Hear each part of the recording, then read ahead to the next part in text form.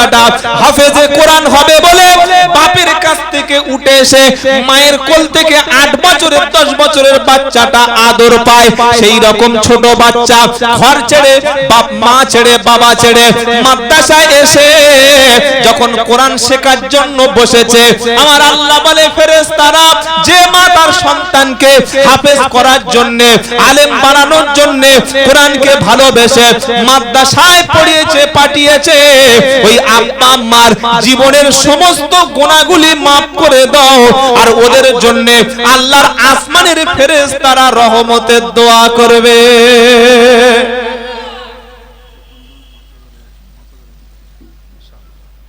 ইনশাআল্লাহ জোরে বলেন, জোরে বলেন ইনশাআল্লাহ। কিয়ামতের মুসিবতের দিন একদল লোকের মাথায় আল্লাহর পক্ষ থেকে নূরের টুপি পাকড়ি পরিয়ে দেওয়া হবে। মান করা আল কুরআনা ওয়া মিলা বিমা ফিহি উলবিসা ওয়ালিদাহু তাজা ইয়াউমাল কিয়ামা। আমার নবী সাল্লাল্লাহু আলাইহি সাল্লাম বলেন কিয়ামতের মুসিবতের দিনে একদল মানুষের মাথায় আল্লাহ তাআলা নূরের টুপি নূরের পোশাক পরিয়ে দেবে। এলাকাটার নাম কি জানো? খড়িবাড়ি চৌমাথা চৌমহা। খড়িবাড়ির মানুষ বলবে রব্বানা ওই লোকটা কি এমন আমল করেছিল ওর মাথায় নূরের টুপি কেন, আমার নূরের টুপিটা কোথায় গেল? আল্লাহ পাক বলবে শোনো, ওই ব্যক্তি নিজে কোরআন পড়তো না, নিজে কোরআন জানতো না, কোরআনকে ভালোবেসে মাদ্রাসাকে ভালোবেসে বিশ্ব নবীকে ভালোবেসে আলেমদেরকে ভালোবেসে আল্লাহ ওয়ালাদেরকে ভালোবেসে সন্তানকে কোরআন ওয়ালা বানিয়েছিল।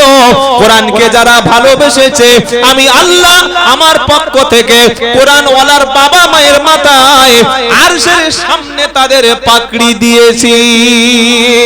শুধু তাই নয়, একটা হাফেজ যদি আপনারা তৈরি করতে পারেন, একটা হাফেজ যখন জান্নাতে যাবে আল্লাহ পাক বলবে হাফেজ তুমি আমার কাছে কি চাও? হাফেজে কোরআন বলবে রব্বানা আমি আপনার কাছে সবচাইতে বড় দয়ার জান্নাত ওটা তো পেয়ে গেছি, আর আমি কিছু চাই না। আমার আল্লাহ পাক বলবে হাফেজ তুমি কোরআন পড়তে শুরু করো, জান্নাতের উপরে উঠতে শুরু করো, জান্নাতের উপরে শুধু উঠতে শুরু করো। তুমি উপরের দিকে উঠতে উঠতে উপরের সর্ব জায়গায় যেখানে কোরআন পড়তে পড়তে তুমি থেমে যাবে, ওই জায়গাটা তোমারও জান্নাতে ঘর হয়ে যাবে। বর্তমান সময়ে কোরআন হেফাজত করছে হাফেজরা, বলুন না সুবহানাল্লাহ। আমরা অনেকে লজ্জা পাওয়ার কিছু নাই, জিজ্ঞাসা করলে ভাই কোরআন জানো? হ্যাঁ জানি। কি কি সূরা জানো? সূরা ফাতিহা, সূরা ফালাক, সূরা নাস, আর বড় জোর হলে সূরা কাউসার, ইয়াসিনের দুটো একটা আয়াত, এই পর্যন্ত আমাদের দৌড়, আর নাই আর নাই।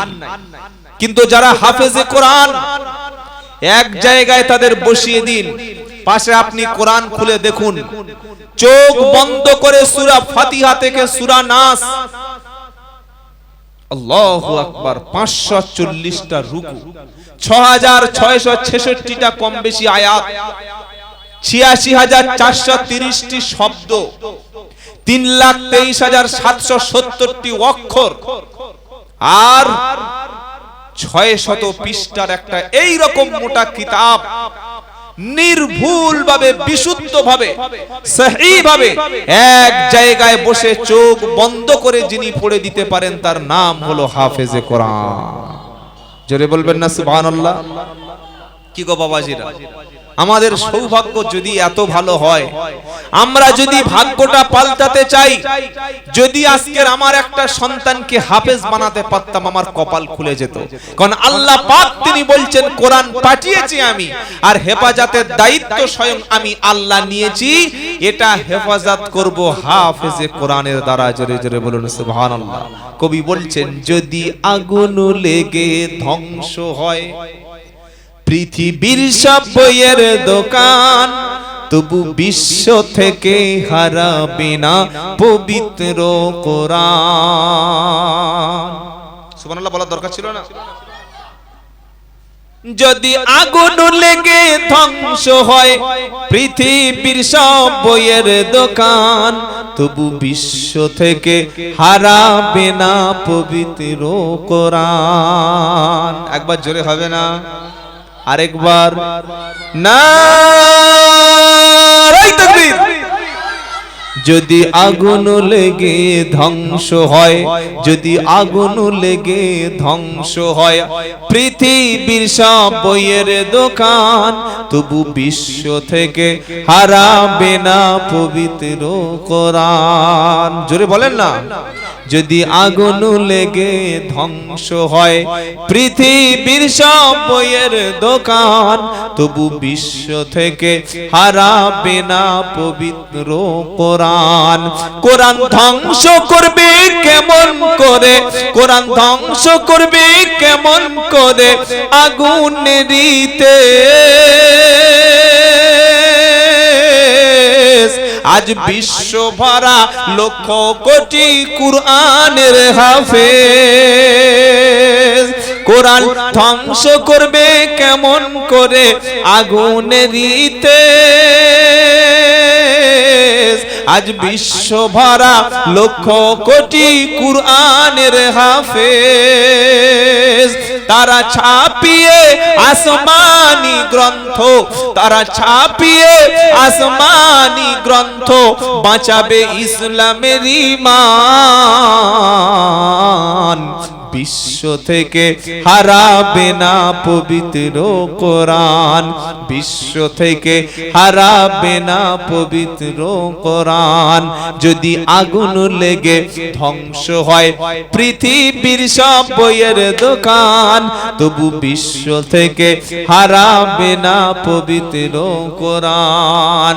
কোরআন ধ্বংস করতে, কোরআন ধ্বংস করতে চায় যাহারা, জানে না তাহারা। আমি নিজে দেখে এসেছি আসামে শত শত মাদ্রাসাগুলো আসামের সরকার বুলডোজার দিয়ে ভেঙে দিচ্ছে। আপনারা দেখেন নাই পেপারে, খবর রাখেন না? আল্লাহু আকবার। একটু খবর রাখবেন, বিশেষ করে কলম পত্রিকা, দিন দর্পণ পত্রিকাগুলি। এই পত্রিকাগুলি আমাদের সংখ্যালঘুদের পক্ষে কথা বলে, নির্যাতিতদের পক্ষে কথা বলে, মাজলুমদের পক্ষে কথা বলে। এই পত্রিকাগুলি একটু পড়বেন ভাই, মনে থাকবে ইনশাআল্লাহ। দেখবেন কিভাবে বুলডোজার দিয়ে সম্পূর্ণ বেআইনি ভাবে মাদ্রাসাগুলি ভেঙে দিচ্ছে। আমরা মুসলমানরা দেখছি আর চোখের পানি ফেলছি, কিছু করার নাই। তো কবি কি বলছে? যারা কোরআন ধ্বংস করতে, কোরআন ধ্বংস করতে চায় যাহারা, জানে না তাহারা। কোরআন ধ্বংস করতে চায় যাহারা, জানে না তাহারা। এই কোরআনের প্রতিটা পাতা ফেরেশতারা সদা দিচ্ছে পাহারা। জোরে হবে না? নারায়ে তাকবীর। ফেরেশতারা পাহারা দিচ্ছে কি গো? আর এই কোরআন, জীবনে কোরআন আগুন লাগে না, সুবহানাল্লাহ বলবেন না? হাজার হাজার রেফারেন্স রয়েছে, কোরআনে কোনোদিন আগুন লাগানো সম্ভব নয়। পাকিস্তানে একজন প্রেসিডেন্ট ছিল জিয়াউল হক। উনি প্লেনে করে সফর করছিলেন, কোন এক জায়গায় যাচ্ছিলেন। তো পকেটে, এই ছোট বুক পকেটে দেখবেন ছোট ছোট পকেট কোরআন পাওয়া যায়, জানেন না? 100-150 টাকা করে দাম, পকেটে থাকে, অনেকে রাখে, গাড়িতে বাসে বসে বসে পড়ে। তবে এখন তো স্মার্টফোন, ফোনে কোরআন শরীফ, আমাদের ফোনে প্রচুর কোরআন আছে, বিভিন্ন কোরআন পড়তে পড়তে যাই। কি বুঝলেন? তো জিয়াউল হক প্লেনে যাচ্ছিল, প্লেনটা ক্র্যাশ করে প্লেন পড়ে গিয়ে ছাই হয়ে গেল, সব পুড়ে ভস্ম হয়ে গেল। আল্লাহি, আল্লাহকে শপথ করে বলছি, ওই কোরআনুল কারীমের ভিতরের একটা অক্ষর পর্যন্ত পড়ে নাই। জোরে বলে। পাকিস্তানের জিয়া মরল দুর্ঘটনায় ভাই, তার বিমান পুড়ে ছাই হয়েছে, কোরআন পড়ে নাই। ওগো জিয়া মরল পাকিস্তানে দুর্ঘটনায় ভাই, তার বিমান পুড়ে ছাই হয়েছে, কোরআন পড়ে নাই। পৃষ্ঠা যেমন ছিল তেমন আছে, পাতা যেমন ছিল তেমন আছে, একটি অক্ষর হয়নি ম্লান। বিশ্ব থেকে হারাবে না পবিত্র কোরআন। যদি আগুন লেগে ধ্বংস হয়, যদি আগুন লেগে ধ্বংস হয় পৃথিবীর সব বইয়ের দোকান, তবু বিশ্ব থেকে হারাবে না পবিত্র কোরআন। একটু জিকির করুন, লা ইলাহা ইল্লাল্লাহ। মুহাব্বতে পড়েন না, লা ইলাহা ইল্লাল্লাহ, লা ইলাহা ইল্লাল্লাহু মুহাম্মাদুর সাল্লাল্লাহু। তাহলে দুই শ্রেণীর মানুষ বললাম, যাদের কোনো ভয় নাই, চিন্তা নাই। এক হলো ওলি বান্দা, দুই নামাজি বান্দা। সুবহানাল্লাহ পড়েন। আমার ভাইরা যারা এসেছেন, আজ থেকে শপথ নিন, তওবা করুন। যত ব্যস্ততা থাক, যত কাজ থাক না কেন, যখন মসজিদে ডাক আসবে, আল্লাহু আকবার, আল্লাহু আকবার, জোহরের আজান হচ্ছে, আসরের আজান হচ্ছে, আমরা তখন বলছি হুজুর খুব ব্যস্ত আছি। কার কাছে ব্যস্ততা দেখাচ্ছি? ব্যস্ততা দেখাচ্ছি কার কাছে? মহান আল্লাহর কাছে ব্যস্ততা দেখাচ্ছি। আজান হয়ে যাওয়ার পরে কাজ কর্ম, ব্যবসা বাণিজ্য, চাকরি বাকরি, দোকানপাট ছেড়ে আল্লাহর জন্য জামাতে গিয়ে অন্তত 5 ওয়াক্ত নামাজ পড়বো। সকলে বলুন ইনশাআল্লাহ। দুনিয়ায় যদি আল্লাহর জন্য সময় দিতে পারেন, দুনিয়ায় যাদেরকে মসজিদে দেখতে পাচ্ছেন, ইনশাআল্লাহ কিয়ামতের দিন তারা জান্নাতে যাবে, জান্নাতে যাবে, জান্নাতে যাবে। জোরে বলুন সুবহানাল্লাহ। আর আজান হয়ে যাওয়ার পরে যে এলাকার মানুষ মসজিদে ঢুকতে ভয় পায়, যে এলাকার মুসলমান আজান হয়ে গেলে মনে করে মসজিদে ইমাম সাহেব রেখেছি, মুয়াজ্জিন সাহেব রেখে দিয়েছি, আর 4-5টা বৃদ্ধ মানুষ যাদের কাজ নাই, যারা পেনশন পাচ্ছে, যারা অচল হয়ে গেছে, ওরা এখন বসে বসে নামাজটা পড়ুক, আমাদের সময় আসলে আমরা পড়বো। না ভাই, আপনি আল্লাহর ঘরের ডাককে অস্বীকার করছেন, আল্লাহর ঘরে যেতে পাচ্ছেন না। আজকের সুস্থ অবস্থায় যদি আল্লাহর ঘরে প্রবেশ না করতে পারেন, এই দেহটা কোনদিন জান্নাতে যাবে না, যে দেহটা মসজিদে প্রবেশ করে নাই। মনে থাকবে ইনশাআল্লাহ।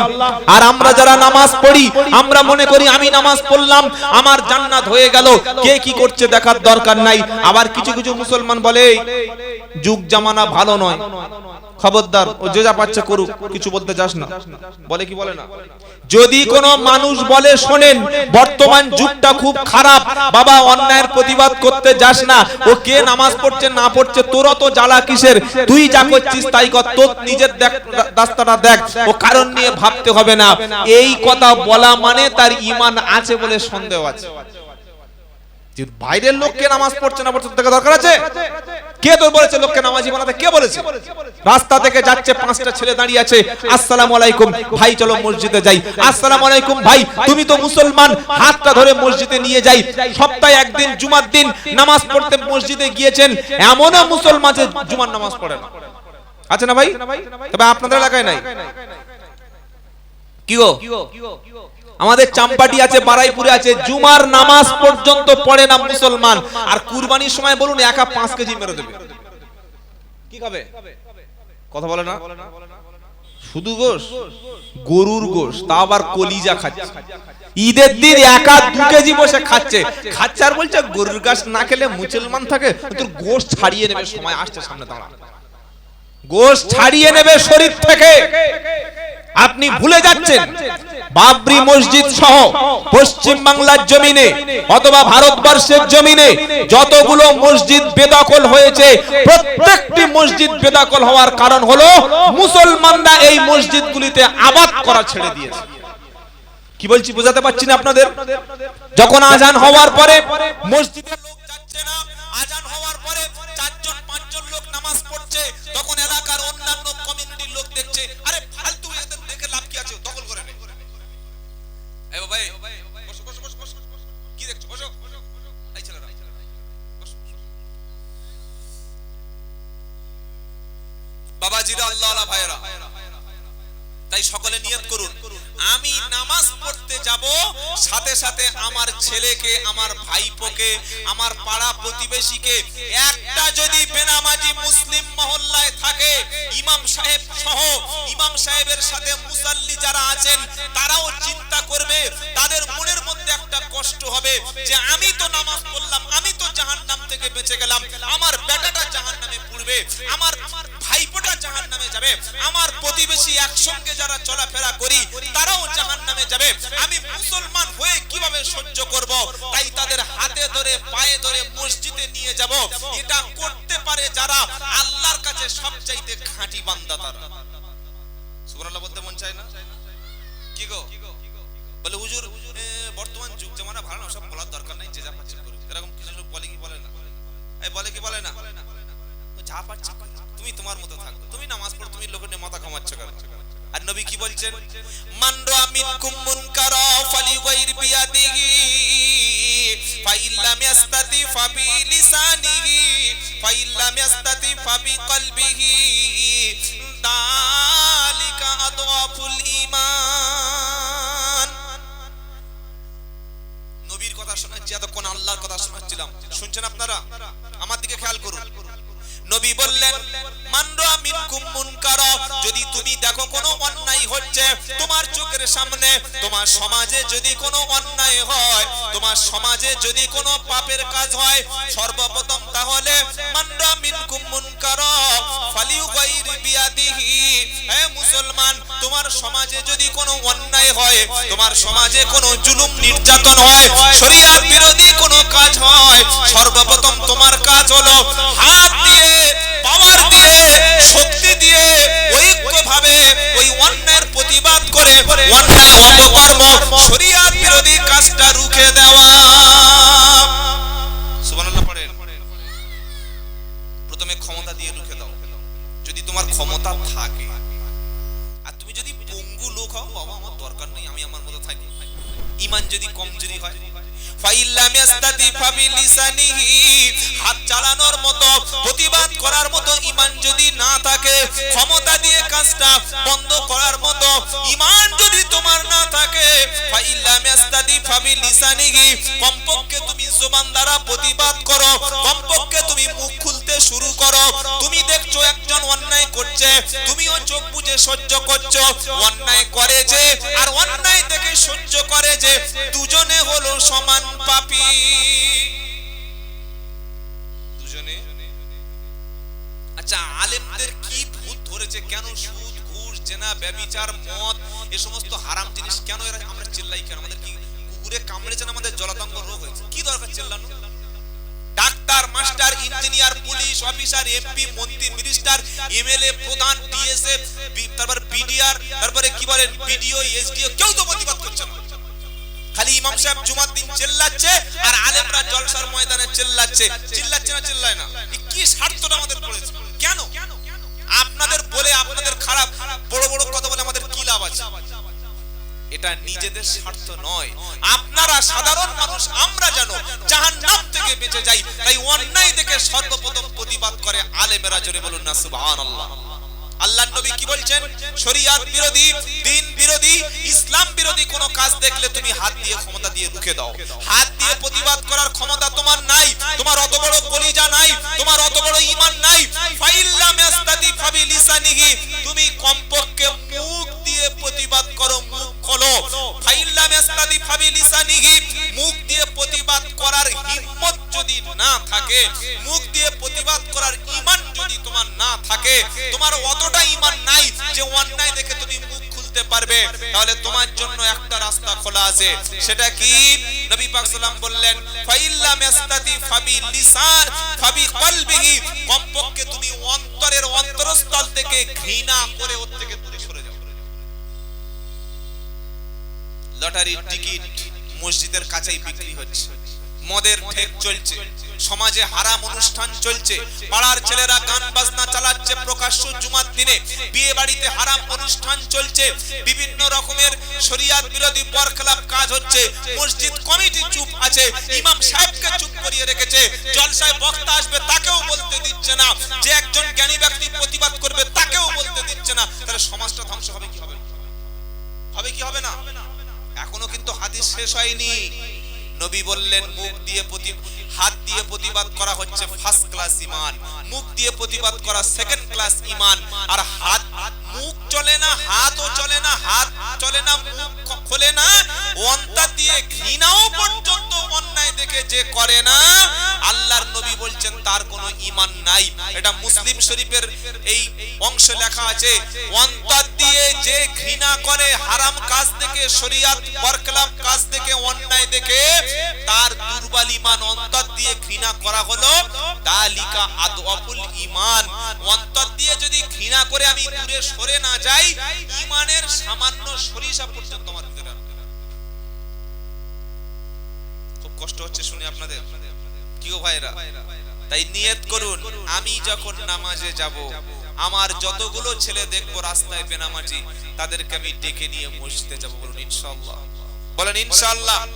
আপনার কথায়, আপনার কাজে, আপনার জবান থেকে যদি একটা বেনামাজি, একটা মাতাল, একটা সুদখোর, একটা হারামখোর, একজন ইসলাম সম্পর্কে অসচেতন ব্যক্তিকে যদি আপনি নামাজি, পরিষ্কার কোরআন ওয়ালা করে দিতে পারেন, ইনশাআল্লাহ ওই ব্যক্তির ওসিলায় আল্লাহ আপনার জান্নাত দান করবেন। জোরে বলুন না সুবহানাল্লাহ। কিছু কিছু মুসলমান বলে, তুই নামাজ পড়ছিস, তুই পড়তো, তোর লোক কি জন্য নামাজ, তোর লোক কি? খবরদার, এটা ঈমানের দাবি। আমি জাহান্নাম থেকে বাঁচবো, আমার পরিবারটাকে বাঁচাবো। বলুন ইনশাআল্লাহ। 3 নম্বর, আল্লাহর দুনিয়াতে যাদের কোনো ভয় নাই, আখিরাতে যাদের কোনো চিন্তা নাই, 3 নম্বর ব্যক্তি হলো ওই ব্যক্তিরা যারা অরিজিনাল কোরআন ওয়ালা। কি ওয়ালা? জোরে বলে। পারা নম্বর 1, লাইন নম্বর 1, আয়াত নম্বর 38, পৃষ্ঠা নম্বর 8, সূরা আন-বাকারা। আল্লাহ পাক বলছে, ফামান তাবিয়া হুদায়া ফালা খাউফুন আলাইহিম ওয়ালা হুম ইয়াহজানুন। যে ব্যক্তি আমি আল্লাহ আমার কোরআনের অনুসরণ করে চলবে, আমার কোরআনটাকে জীবন ব্যবস্থা হিসাবে মেনে নেবে, কোরআন পড়বে, কোরআন বুঝবে, আমল করবে, দুনিয়াতে কোরআনওয়ালা ব্যক্তির কোনো ভয় নাই, আর কোরআনওয়ালা ব্যক্তির আখিরাতে কোনো চিন্তা নাই। সুবহানাল্লাহ বলতে মন চায় না?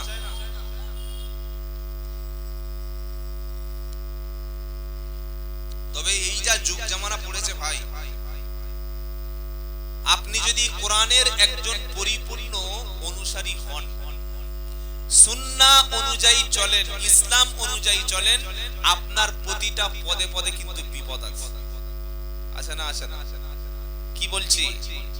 ঈমান অনুযায়ী চললে, ইসলামের উপরে পরিপূর্ণ চললে, এই দুনিয়াতে আপনার প্রতিটা পদে পদে কিন্তু বিপদ আছে, কিন্তু আখিরাতের রাস্তা ক্লিয়ার। আখিরাতটা আপনার জন্য শ্রেষ্ঠ উপহার। ওই উপহারটা হচ্ছে আল্লাহর দয়ার জান্নাত, আল্লাহ আপনাকে দান করবে। সুবহানাল্লাহ বলবেন। আর আপনি যদি বলেন না ভাই, ও সুদের সঙ্গে, হারামের সঙ্গে, অন্যায়ের সঙ্গে, জুলুমের সঙ্গে, কিংবা যে এলাকায় বাস করি এলাকায় টুপি, দাড়ি, বোরকা, হিজাব সব দরকার নাই, যা আছে মোটামুটি কোন রকমের বেঁচে থাকে, তাহলে আপনার বেঁচে থাকাটা মুনাফিকের বেঁচে থাকা। মুনাফিক।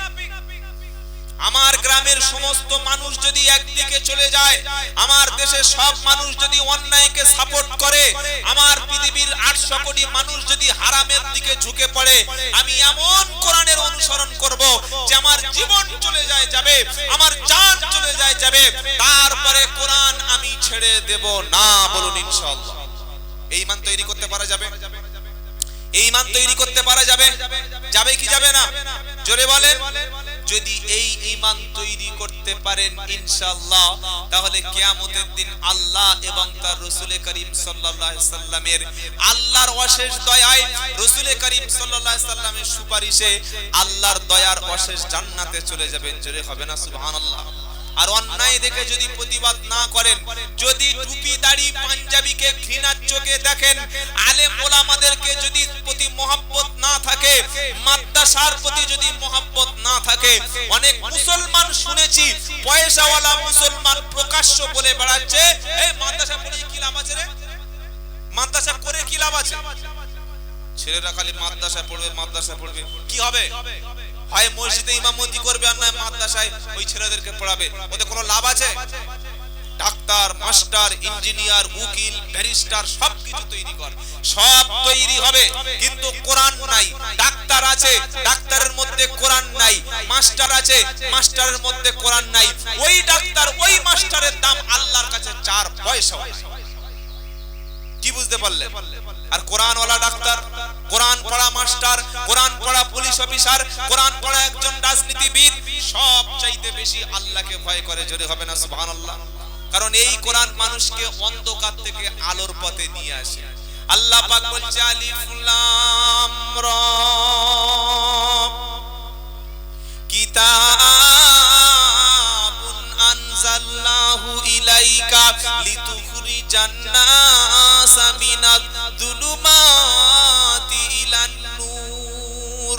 13 পারার শুরুতে সূরা ইব্রাহিমের শুরুতে প্রথম নম্বর আয়াতে আমার আল্লাহ পাক বলছে, বান্দা আমি আল্লাহ কিতাব নাজিল করেছি, আমি আল্লাহ কিতাব দিয়েছি এই জন্য করে অন্ধকার সমূহ থেকে, অন্ধকার রাস্তাগুলি থেকে আল্লাহ ভোলা মানুষদেরকে, যারা বিপদগামী হয়ে যাচ্ছিল, যারা জাহান্নামী হয়ে যাচ্ছিল, জাহান্নামের দিকে যারা চলে যাচ্ছিল, তাদেরকে আমি আল্লাহ ডেকে ডেকে, আমি আল্লাহ হাত ধরে ধরে তাদেরকে আমার কোরআন দ্বারা তাদের সবাইকে আলোর দিকে নিয়ে চলে আসলাম।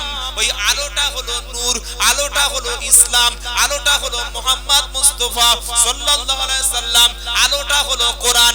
অন্ধকার থেকে যারা কোরআনের পথে আসতে চায়, আলোর পথে আসতে চায়, অবশ্যই কোরআন ধরে তাদের আসতে হবে।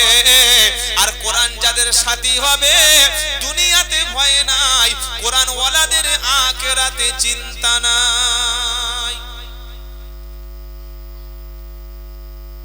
আমি আর আপনি একটু বসে বসে ভাবনা চিন্তা করি, আমার জীবনের কতটা মিনিট, কতটা সময় দিনে কোরআনের জন্য ব্যয় করি। আপনার সম্মান বাড়বে, আল্লাহই তো বলেছে বাড়বে। সম্মান যদি, মর্যাদা যদি বাড়াতে হয়, টাকা দিয়ে, পয়সা দিয়ে দামি ঘর বানিয়ে সম্মান পাবেন না। ও তো সামান্য লোক একটু রেসপেক্ট করবে। আসল সম্মান তো আল্লাহ তাআলা ঈমানদারদের জন্য, কোরআন ওয়ালাদের জন্য রেখেছেন। বলুন না সুবহানাল্লাহ। জুমার নামাজ পড়েন তো আপনারা? পড়েন কি পড়েন না? জুমা মসজিদে যিনি ইমামতি করেন, প্রত্যেকটা মসজিদে ইমাম সাহেব কোটিপতি, লাখপতি হয় নাকি? ইমামরা হয় সবচাইতে বেশি গরিব, দুস্থ, অসহায়। এই ইমাম যখন জুমার দিন খুতবা দিতে বসে, তখন খুতবা শুরু হওয়ার পরে কথা বলা হারাম, নাজায়েজ। একজন সাধারণ গরিব ঘরের ইমাম, একজন গরিব ঘরের ইমাম ব্যক্তি যখন মঞ্চে চেপে বসেছে, মেম্বারে ডাক্তার, মাস্টার, উকিল, barrister, prime minister, MLA, MP ও 500 কোটি টাকার মালিক, ও অডি গাড়ি চলে এসেছে, মার্সিডিজ গাড়ি চলে এসেছে, ও ফেরারি গাড়ি চলে এসেছে, মসজিদের সামনে গাড়ি রেখে বলতে পারবে ইমাম সাহেব আপনি নিচে বসলে উপরে বসবেন? বলতে পারবে? পারবে? আরে বলছেন না কেন? আরে ইমাম সাহেব খুতবা দিতে যখন মেম্বারে বসে গেছে, তখন যত দামি নেতা হোক, মন্ত্রী হোক, স্বয়ং রাষ্ট্রপতি আসলো, ইমাম সাহেবের খুতবার মাঝখানে চুপ, এই কথাটা বলার অধিকার নাই। কারণ কোরআন মানুষকে সম্মানের শ্রেষ্ঠ জায়গায় পৌঁছে দেয়। জোরে বলুন সুবহানাল্লাহ। আমরা যদি সম্মান ফিরে পেতে চাই, আমাদের হারানো মর্যাদা যদি পেতে চাই, বীর মুসলমান ধরো আল কোরআন, ফিরিয়ে আনো সেই হারানো সম্মান। এই পৃথিবীতে নেতৃত্ব তো আমরাই দিয়েছিলাম, সুবহানাল্লাহ বলবেন না? কি গো, রাজনীতি তো শিখিয়েছে মুসলমানরা। তাই কবি বলছে, বীর মুসলমান ধরো আল কোরআন, ফিরিয়ে আনো সেই হারানো সম্মান। বীর মুসলমান ধরো আল কোরআন, বীর মুসলমান ধরো আল কোরআন, ফিরিয়ে আনো সেই হারানো সম্মান। সম্মান ফিরিয়ে আনতে চাই কি চাই না? মর্যাদা ফিরিয়ে আনতে চাই কি চাই না? যদি সম্মান আর মর্যাদার সঙ্গে বাঁচতে চান, কাপুরুষ হয়ে যদি মরতে না চান, যদি অন্য লোকের গোলামি করে না মরতে চান, এখনো সময় আছে। মাদ্রাসায় চলে আসুন, মসজিদে চলে আসুন, আলেমদের সোহবতে বসে যান, কোরআন যেখানে শেখাচ্ছে সেই মজলিসে বসে কোরআন পড়ুন, কোরআন বুঝুন, কোরআন অনুযায়ী জীবন যাপন করুন। পৃথিবীর শ্রেষ্ঠ সম্মানটা আল্লাহ আপনার জন্য বরাদ্দ করে রেখেছে। জোরে বলুন সুবহানাল্লাহ। কারণ কোরআন হচ্ছে সবচেয়ে মর্যাদার কিতাব। সুবহানাল্লাহ বলবেন না? আল্লাহ পাক বলছে, ওয়া নুনাজ্জিলু মিনাল কুরআনি মা হুয়া শিফা ওয়া রাহমাতুল লিল মুমিনিন ওয়া লা ইয়াজিদু যালিমিনা ইল্লা খাসারা। 15 পারা সূরা বানী ইসরাঈলের 82 নম্বর আয়াতে আমি আল্লাহ কোরআনটা মুমিনের জন্য করেছি শিফা। মুমিনের জন্য কোরআন হলো হেদায়েত, মুমিনের জন্য কোরআন হলো রহমত। এগুলো যদি আপনি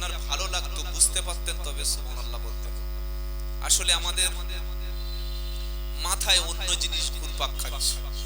364 দিনে যদি কেউ ওই মানে শাক খায়, শাক সবজি, ওর পেটে যদি খাসির বড় চর্বিওয়ালা গোশত দেয়, হজম করতে পারবে? কি বলছেন? আমাদের এই জলসাগুলো কিছু মনে করবেন না, আমাদের জলসাগুলো এখন যা হয় বেশিরভাগ কোরআন ছাড়াই জলসা হয়।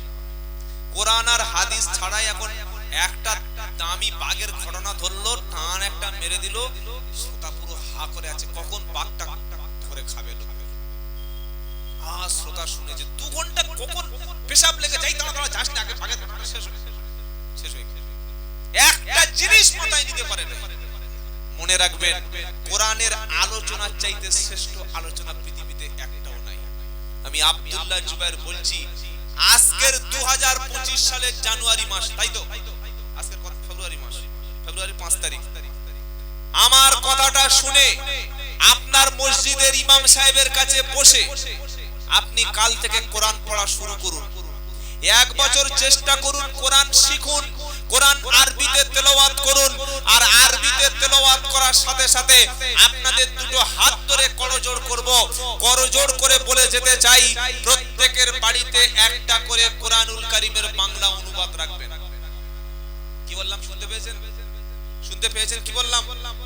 একটা করে বাংলা কোরআন রাখবেন। আপনি যদি বাংলা পড়তে অপারগ হন, আপনার ছেলেটা মেয়েটা স্কুল, ইউনিভার্সিটি, কলেজে, হাই স্কুলে পড়ে, মাগরিবের নামাজের পরে আপনার ছেলেকে, আপনার মেয়েকে বলুন, মা তুমি কোরআনুল কারীম থেকে 1 পৃষ্ঠা করে তেলাওয়াত করো।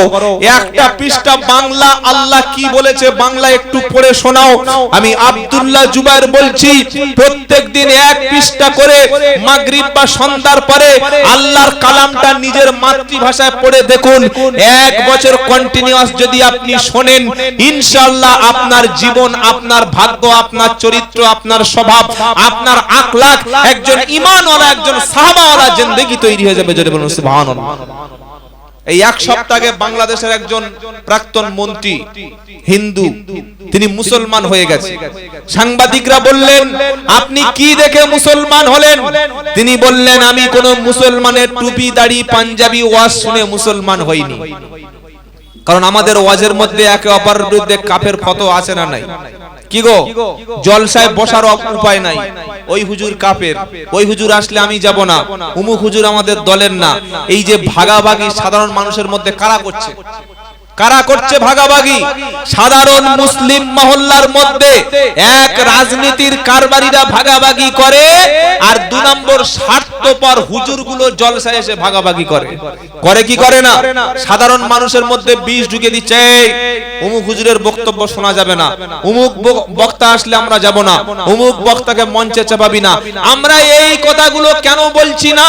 যে আল্লাহর উপরে বিশ্বাস করে, রাসূল কারীমের উপরে বিশ্বাস করে, কোরআন মেনে চলে, কাবা শরীফের দিকে ফিরে নামাজ পড়ে, সে আমার মুসলমান ভাই, সে আমার কলেমার ভাই। আল্লাহর নবী বলেছেন, শোনো, লা ইলাহা ইল্লাল্লাহ যে ব্যক্তি বলেছে, বিশ্বের যে প্রান্তে থাকুক না কেন সে তোমার ভাই। জোরে বলুন সুবহানাল্লাহ। এই যে কদিন আগে 1 বছর 1.5 বছর ফিলিস্তিনে আমার মুসলমান ভাইদেরকে হত্যা করা হলো, ফিলিস্তিনের মুসলমানরা তবলিগ জামাতের লোক না ফুরফুরা সিলসিলার লোক, নাকি দেওবন্দি, নাকি বেরেলি, নাকি আহলে হাদিস, নাকি জামাত ইসলামী, নাকি বসিরহাট হুজুরের ভক্ত, নাকি ওটা আজান গাছির ভক্ত, নাকি ওটা তালতলার ভক্ত, নাকি গোরাচাঁদ পীর সাহেবের ভক্ত, ও সব কোনো পরিচয় আমাদের কাছে ছিল না। আমরা যখন দেখেছি তারা লা ইলাহা ইল্লাল্লাহ বলেছে, তাই তাদের জন্য আমরা প্রতিবাদ করেছি, চোখের জল ফেলেছি। ঠিক কিনা বলেন? ঠিক কিনা বলেন? তাদের জন্য চোখের জল ফেললাম, পানি ফেললাম, আর আমরা আমাদের পশ্চিম বাংলার মধ্যে মুসলমান ভেদাভেদ করলাম। এই তুই ফুরফুরা সিলসিলা, তুই বেদাতি, তুই জাহান্নামে যাবি, তুমি তবলিগ জামাত, তুমি মসজিদে উঠবে না, তুমি আহলে হাদিস, তুমি মসজিদ থেকে আউট, তুমি বেরেলি মানো, তুমি বেদাতি, তুমি জাহান্নামে যাবে। এই রকম গীবত গিল্লাগুলো জলসার মাঝখানে হচ্ছে কি হয় না? হচ্ছে কি হয় না? এটা শুনে দেখবেন 100-র মধ্যে 99টা হুজুরদের জলসায় শুধু কার গীবত, কার সমালোচনা, পড়াশোনা নাই, কোরআনের আয়াত নাই, হাদিস নাই, নবীর জীবনী নাই, শুধু ভেদাভেদ করে। একটা মসজিদ ছিল, তার পাশে গিয়ে দেখি আরেকটা মসজিদ। ভাই এই মসজিদটা কেন? বলছে এটা ফুরফুরা সিলসিলা, এটা তবলিগ জামাতের মসজিদ। না তাহলে মুসলমানের মসজিদ কোনটা? মুসলমানের মসজিদটা কই? মুর্শিদাবাদ বেলডায় গিয়ে দেখলাম আহলে হাদিস জামে মসজিদ, বারাইপুরে গিয়ে দেখবেন খোদার বাজার ওখানে লেখা আছে যে আহলে হাদিস জামে মসজিদ। তাহলে মসজিদ আহলে হাদিস হয়ে গেল, মসজিদ হানাফিদের হয়ে গেল, মসজিদ তাবলীগ জামাতের হয়ে গেল, মসজিদ ফুরফুরা সিলসিলা হয়ে গেল। একটা লোক যদি সে কলেমা পড়ে মুসলমান হয়, সে কোন মসজিদে এখন নামাজ পড়ে বলুন আপনি আমাকে? এই ভেদাভেদ গুলো করতে দেবেন না। আপনাদের মধ্যে সামান্য ঈমান যাদের আছে, যদি কোনো বক্তা জলসায় ভেদাভেদ মূলক কথা বলে, মুসলমানদেরকে বিভিন্ন দলে ভাগ করে, সঙ্গে সঙ্গে উঠে প্রতিবাদ করে দেবেন। হুজুর আপনি নামুন, আপনি স্টেজ থেকে নামুন। আমরা ভাই ভাই মিলে মিশে বাস করি। আমাদের এখানে আইএসএফ থাকতে পারে, সিপিএম থাকতে পারে, তৃণমূল থাকতে পারে, কংগ্রেস থাকতে পারে, ফুরফুরা তাবলীগ আজানগাছি বেরেলি আহলে হাদিস থাকতে পারে। আপনি কোরআন থেকে কথা বলুন, হাদিস থেকে কথা বলুন, নামাজ পড়ার কথা বলুন, সুদের বিরুদ্ধে কথা বলুন, পর্দার কথা বলুন, কোরআনের কি ফজিলত সেই সব কথা বলুন। আজে বাজে কথা, কিচ্ছু পড়াশোনা কিচ্ছু নাই, ঘন্টা দুই বাবারা মারে করে একটু টান পান দিয়ে যখন দেখছে আর লোক খাচ্ছে না, এইবার গীবত করা শুরু করে। করে কি করে না? করে কি করে না? আর আমরা সাধারণ মানুষ এইগুলো খুব পছন্দ করি, কিলাকিলি ঝগড়া পছন্দ করি। মনে রাখবেন, কোরআন আল্লাহ পাক পাঠিয়ে দিয়েছে বিশ্বে সমস্ত ঈমানদারদের ঐক্য করার জন্য। জোরে বলুন সুবহানাল্লাহ। ওয়া আতাসিমু বিহাবলিল্লাহি জামিআন ওয়া লা তাফাররাকু ওয়াদকুরু নিমাতাল্লাহি আলাইকুম ইদ কুনতুম আদাআন ফাআল্লাফা বাইনা কুলুবিকুম ফাআসবাহাতুম বিনিমাতিহি ইখওয়ানা ওয়া কুনতুম আলা শাফা হুফরাতিন মিনান নারি ফাআনকাযাকুম মিনহা। চতুর্থ পারা দ্বিতীয় পৃষ্ঠা সূরা আল ইমরানের 103 নম্বর আয়াতে আল্লাহ পাক বলছেন, ওয়া আতাসিমু বিহাবলিল্লাহি জামিআ, তোমরা সবাই মিলে আমার কোরআনটা মজবুত করে ধরো। তাবলীগ, ফুরফুরা, আজানগাছি, কাদরিয়া, চিশতিয়া, হানাফি, দেওবন্দি, মালিকি, শাফি, তালতলা, নারকেলতলা, ফকিরি, এসব সব পরিচয় ভুলে যাও। একই কোরআনটা সবাই মিলে ধরে নাও। হাতে কোরআন তুলে নাও, হাতে কোরআন তুলে পড়তে শুরু করো। সবাই এক হয়ে যাও। ওয়ালা তাফাররাকু, ভেদাভেদ করো না। ঐক্যভাবে থাকা ফরজ, আর ভেদাভেদ করা হারাম। সকলে স্মরণ করুন, ঐক্যভাবে মুসলমানদের থাকা কি? জোরে বলেন। ঐক্যভাবে থাকা ফরজ, আর ভেদাভেদ করা হারাম। ভেদাভেদ সাধারণ মানুষেরা করে না, করে একদল ভণ্ড বক্তা, একদল ভণ্ড হুজুর। যদি একটা গ্রামে দুটো মসজিদ করে দিতে পারি, একটা গ্রামে দুটো মাদ্রাসা করে দিতে পারি, একটা গ্রামে ভেদাভেদ করে দুটো জলসা করে দিতে পারি, লাভ আমার। আল্লাহ বলছেন, আমি আল্লাহ কোরআন নাজিল করেছি, সবাই মিলে তোমরা ঐক্য হয়ে যাও।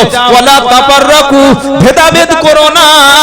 ওয়াদকুরু নি'মাতাল্লাহি আলাইকুম, হে মুসলমানেরা তোমরা স্মরণ করো, কোরআন আসার আগে ছিলে তোমরা সবাই শত্রু। মক্কার জমিনে যখন কোরআন ছিল না, একটা মানুষ আর একটা মানুষের শত্রু ছিল। একটা লোক আরেকটা লোকের রক্ত নিয়ে খেলা করত। কোরআন এসে মুসলমানদের মধ্যে ভাই ভাই এক করে দিল।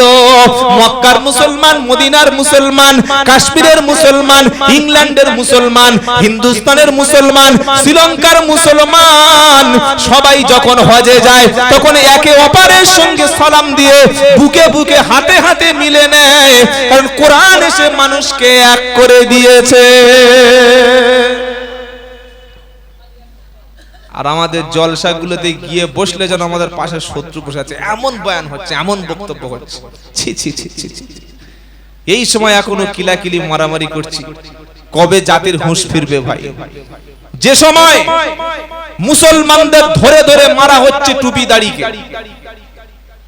এই যে কুম্ভ মেলা জানেন না চলছে এখন ইলাহাবাদে, প্রয়াগরাজে। ওই কুম্ভ মেলায় 42,000 মসজিদ ভাঙবে বলে সাধুরা শপথ নিয়েছিল। কত হাজার?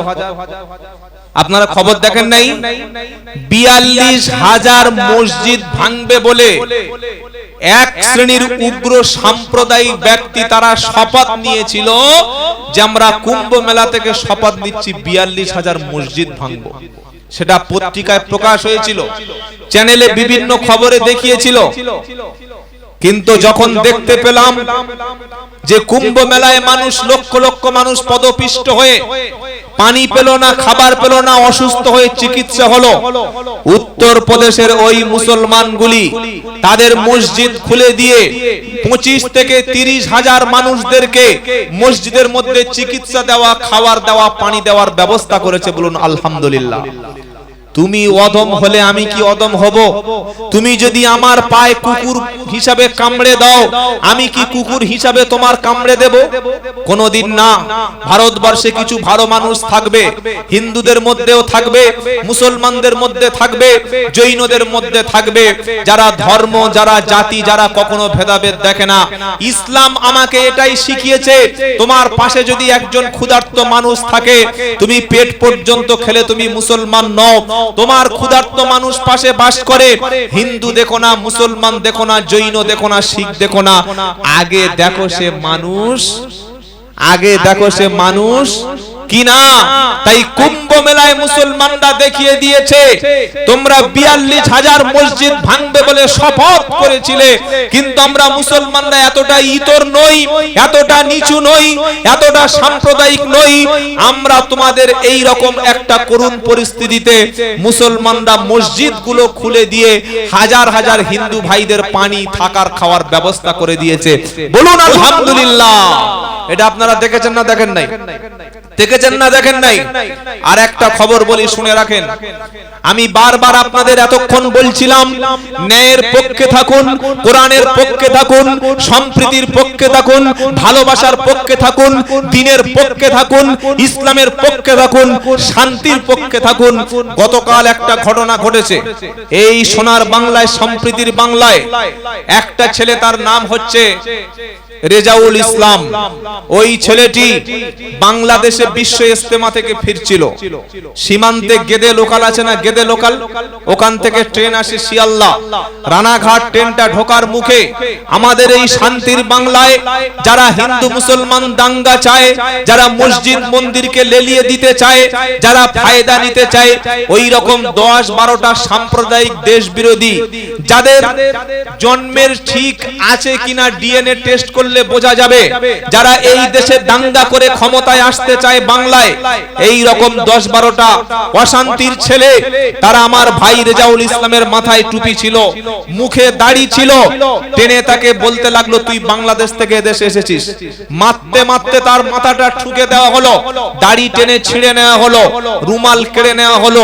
মাথার টুপিটা মনে রাখবেন মুসলমান, এই টুপিটা ফুরফুরা শরীফের পীর সাহেবের নয়, আজানগাছির টুপি নয়, তবলিগ জামাতের টুপি নয়, বেরেলির টুপি নয়, সে লম্বা হোক, গোল হোক, আর 5 কলা হোক, এই টুপিটা স্বয়ং মুহাম্মদ সাল্লাল্লাহু আলাইহি ওয়াসাল্লামের টুপি। জোরে বলুন সুবহানাল্লাহ। এই বিষয়ে কারো কোনো সন্দেহ আছে? তবলিগ ভাইরা হয়তো লম্বা টুপি পরে, ফুরফুরা সিলসিলার মানুষ গোল টুপি পরে, বেরেলি ভাইরা একটু উঁচু টুপি পরে, জামাত ইসলামের ভাইরা একটু উঁচু টুপি পরে, কিন্তু এই টুপিটা কোনো দলের টুপি না। এই টুপিটা হলো কার টুপি? জোরে বলেন, মুহাম্মদ সাল্লাল্লাহু আলাইহি ওয়াসাল্লামের টুপি। সেই টুপিকে ওই সাম্প্রদায়িক 10-12টা লোক আমার ভাইকে ট্রেনের মধ্যে মাথায় টুপি খুলে পায়ে দিয়ে মারিয়ে তাকে মেরেই ফেলে দিচ্ছিল, তাকে শেষ করেই দিচ্ছিল। কোন রকমে জীবনে বেঁচে এসেছে। সোশ্যাল মিডিয়া খবরটা সব জায়গায় ভাইরাল, 2-1 দিনের মধ্যে আপনারা দেখতে পাবেন বিভিন্ন চ্যানেলে। এটা তো গুজরাট না, এটা তো বিহার না, এটা তো শান্তি সম্প্রীতির বাংলা। এর কয়েকটা কারণ আছে। 1 নম্বর কারণ হলো আমাদের দেশের টিভি চ্যানেলগুলো 24 ঘন্টা যেভাবে বিষ উদ্গার করছে, খালি মুসলমানদের বিরুদ্ধে, ইসলামের বিরুদ্ধে, মাদ্রাসার বিরুদ্ধে, জঙ্গি বলে, বাংলাদেশি বলে খেপিয়ে দিচ্ছে। আজকের অমুসলিমদের মনে এই বিষটা ঢুকিয়ে দিয়েছে, মুসলমান মানে বাংলাদেশি, দাড়ি মানে বাংলাদেশি, টুপি মানে বাংলাদেশি, মাদ্রাসা মানে জঙ্গির ট্রেনিং দেয়া হয়। যখন তোমার মাথার টুপি ধরে টানবে, যখন তোমার মুখের দাড়ি ধরে টানবে, যখন পাঞ্জাবি তোমার ছিঁড়ে ফেলবে বাংলাদেশি বলে, তারা দেখবে না তুমি তবলিগ কিনা, তারা দেখবে না তুমি হেজবুল্লাহ কিনা, তুমি ফুরফুরা পীর সাহেবের মুরিদ, নাকি বসিরহাট হুজুরের মুরিদ, নাকি আজানগাছিতে যাও, নাকি তুমি বেরেলি শরীফে যাও, এটা তারা তোমার দেখবে না। তারা দেখবে তুমি মুসলমান। সেই কাণ্ডটা তারা ঘটিয়েছে। এর জন্য 1 নম্বর দায়ী হচ্ছে সাম্প্রদায়িক টিভি চ্যানেল, আর 2 নম্বর দায়ী হলো আমাদের দেশের, আমাদের রাজ্যের সাম্প্রদায়িক কিছু নেতা, যারা 24টা ঘন্টা মুসলমানদের বিরুদ্ধে বলছে। সুতরাং এই টিভি চ্যানেল থেকে আর রাজনৈতিক নেতাদের থেকে দূরে থাকবেন। কেন আমরা প্রতিবাদ করব? আজকের আমার রেজাউল ভাইয়ের সঙ্গে এই ঘটনাটা ঘটেছে। আগামী কাল ট্রেনে যাবেন, আপনার দাড়ি ধরে টুপি ধরে টেনে হিঁচড়ে ট্রেন থেকে মেরে ফেলে দেবে। আমি বলবো ও ফুরফা সিলসিলার লোক, ও মেরে দেয়, কিছু বলিস না। ও তাবলীগ জামাতের লোক, ও একটা কমে যাক, ও একটা বেরেলি, একটা মরে যাক, ও একটা আহলে হাদিস, ও একটা মেরে ফেলে দিক, এটা আমরা বলবো? এ ভাই বলছে না কেন? এটা আমরা বলবো।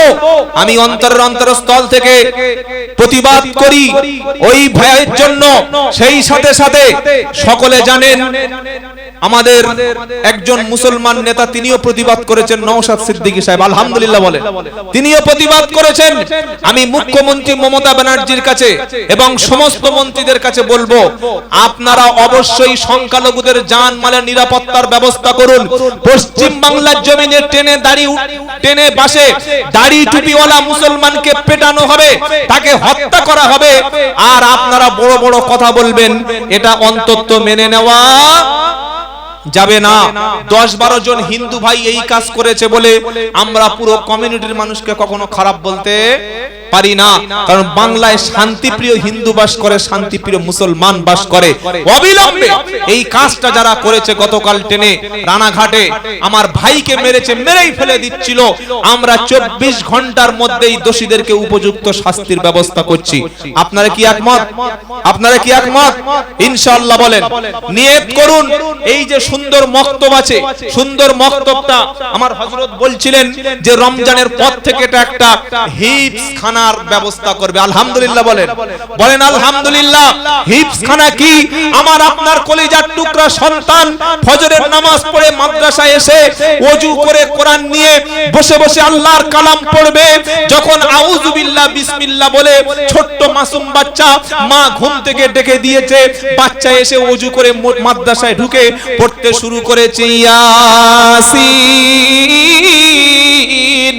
ওয়াল কুরআনিল হাকীম ইন্নাকা লামিনাল মুরসালিন আলা সিরাতিম মুস্তাকিম তানজিলাল আজিজির রহিম।